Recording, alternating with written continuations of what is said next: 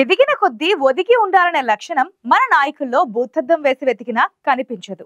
అధికారంలో ఉండగా ఎగిరెగిరి పడే వాళ్ళే ఎక్కువగా కనిపిస్తారు. కానీ ఒక్కసారిగా ఆ పవర్ పోయినప్పుడే కాళ్ళు నేల మీద ఉంటాయి.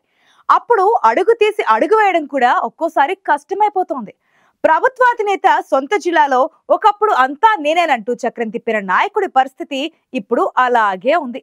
గెలిచామన్న ఆనందమే లేకుండా పోయింది తండ్రి కొడుకులు ఇద్దరికి. ఇంత బతికి ఇంటెనకాల పోవడం అంటారే, ఆల్మోస్ట్ అలాగే ఉంది అక్కడి సీన్. తండ్రి కొడుకులు ఎందుకు అక్కడ టార్గెట్ అయ్యారు? Let's watch.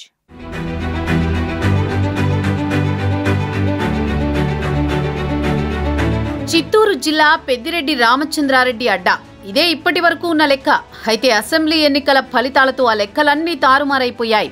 ఆంధ్రప్రదేశ్లో ప్రభంజనం సృష్టించింది విపక్ష కూటమి తుపానులో 6,000 స్వల్ప మెజారిటీతో పుంగనూరులో గట్టెక్కారు పెద్దిరెడ్డి రామచంద్రారెడ్డి.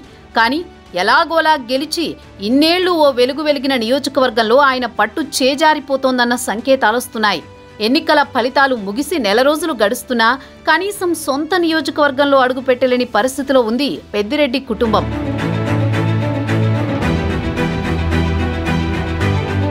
ఎన్నికల ఫలితాలు వచ్చిన తర్వాత సొంత నియోజకవర్గంలో దాడులు ఎదుర్కొన్న వైసీపీ నేతలను పరామర్శించేందుకు మాజీ మంత్రి పెద్దిరెడ్డి రామచంద్రారెడ్డి బయలుదేరారు.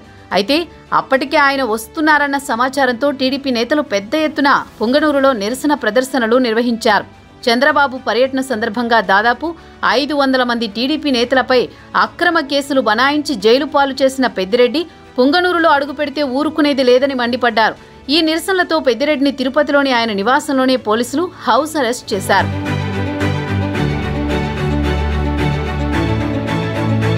ఒకప్పుడు పెద్దిరెడ్డి వస్తున్నారంటే పుంగనూరులో టీడీపీ నేతలు హడలిపోయేవారు. నిరసన ప్రదర్శన కాదు కదా, కనీసం బయటకు వచ్చేందుకు కూడా భయపడేవారు.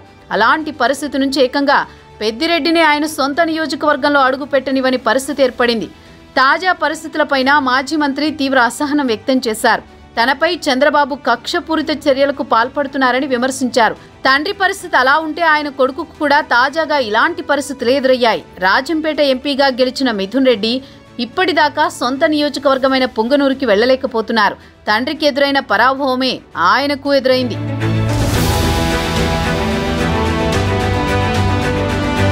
పుంగనూరులో ఈ మధ్య మృతి చెందిన ఎంపీపీ కుటుంబాన్ని పరామర్శించేందుకు, అలాగే వైసీపీ నేతలకు ధైర్యం చెప్పేందుకు వెళ్లాలనుకున్న మిథున్ రెడ్డిని తిరుపతిలోని నివాసంలో పోలీసులు అడ్డుకున్నారు.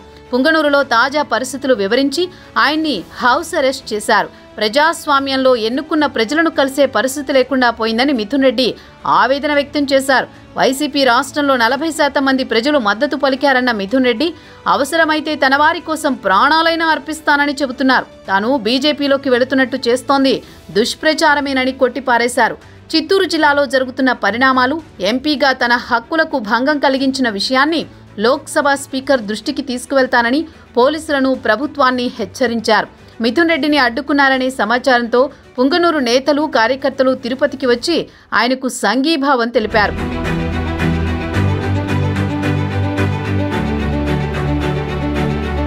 రాష్ట్రంలో అధికారం మారటంతో పుంగనూరు నియోజకవర్గాన్నే కాకుండా చిత్తూరు జిల్లాను శాసించిన పెద్దిరెడ్డి కుటుంబం పరిస్థితి ప్రస్తుతం రివర్స్ అయింది.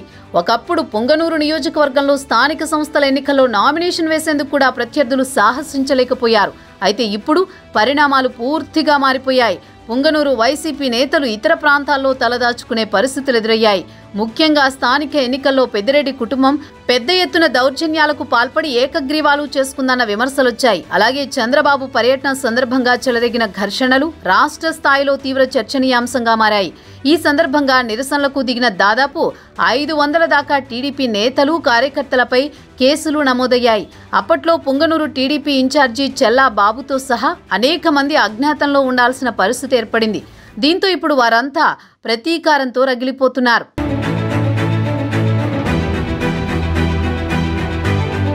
అసెంబ్లీ ఎన్నికల తర్వాత రాజకీయ పరిణామాలు వేగంగా మారుతున్నాయి. మరోవైపు వైసీపీ ప్రజాప్రతినిధులు టీడీపీలో చేరేందుకు క్యూలు కడుతున్నారు.